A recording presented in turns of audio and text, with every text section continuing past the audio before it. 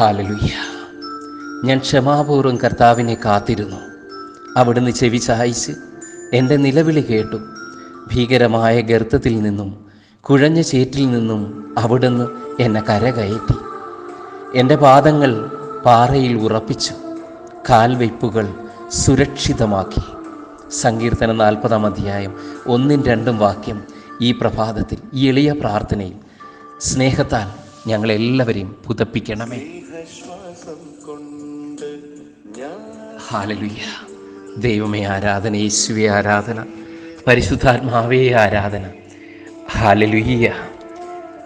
സങ്കീർത്തനം 131. ശിശുസഹജമായ പ്രത്യാശ. കർത്താവേ, എൻ്റെ ഹൃദയം അഹങ്കരിക്കുന്നില്ല, എൻ്റെ നയനങ്ങളിൽ നിഗളമില്ല. എൻ്റെ കഴിവിൽ കവിഞ്ഞ വൻ കാര്യങ്ങളിലും വിസ്മയാവഹമായ പ്രവൃത്തികളിലും ഞാൻ വ്യാപൃതനാകുന്നില്ല. മാതാവിൻ്റെ മടിയിൽ ശാന്തനായി കിടക്കുന്ന ശിശുവിനെ പോലെ ഞാൻ എന്നെ തന്നെ ശാന്തനാക്കി. ശാന്തമായി ഉറങ്ങുന്ന ശിശുവിനെ പോലെയാണ് എൻ്റെ ആത്മാവ്. ഇസ്രായേലേ, ഇന്നും എന്നേക്കും കർത്താവിൽ പ്രത്യാശ വയ്ക്കുക. ഹല്ലേലൂയ.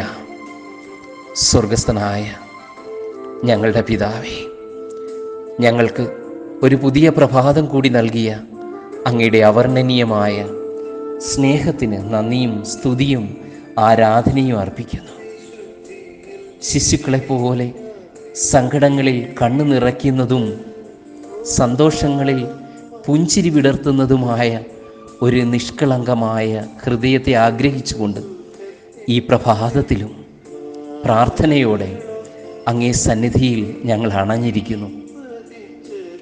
ബാല്യത്തിൻ്റെ കളങ്കമില്ലാത്ത ഭാവങ്ങളിൽ പലപ്പോഴും എൻ്റേത് എന്ന പോലെ തന്നെ എനിക്ക് പ്രിയപ്പെട്ടവരുടെ സങ്കടങ്ങളും എന്നെ കണ്ണീരണിയിച്ചു.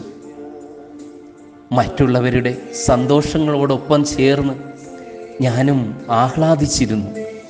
എന്നാൽ പ്രായവും പക്വതയും എത്തിയപ്പോൾ പലപ്പോഴും നേടിയതിനേക്കാൾ വലുതിനു വേണ്ടി ഞാൻ ആഗ്രഹിച്ചു തുടങ്ങിയപ്പോൾ ചുറ്റുമുള്ള സന്തോഷങ്ങളൊന്നും എന്നെ സ്പർശിക്കാതെയായി.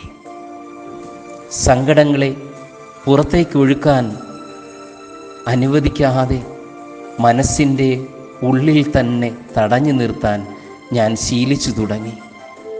അങ്ങനെ സ്വയം എൻ്റെ തന്നെ മുൻപിലും മറ്റുള്ളവരുടെ മുൻപിലും മുഖംമൂടി അണിഞ്ഞ് ജീവിക്കാൻ ഞാൻ പഠിച്ചു.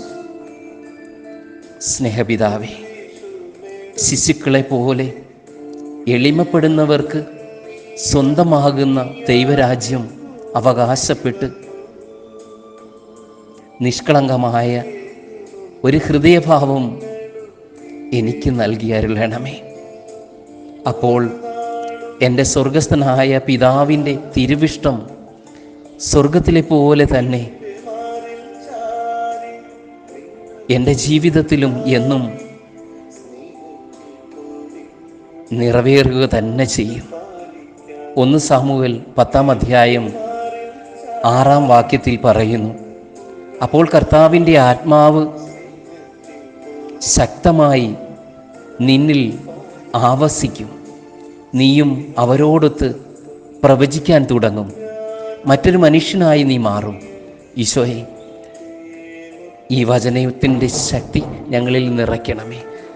അമ്മേ ദൈവമാതാവേ, സകല മാലാഖമാരെ, വിശുദ്ധരെ, ഞങ്ങൾക്ക് ഈശോയോട് മാധ്യസ്ഥം അപേക്ഷിക്കണമേ. നിത്യം പിതാവും പുത്രനും പരിശുദ്ധാത്മാവുമായ സർവീശ്വര. ആമേൻ.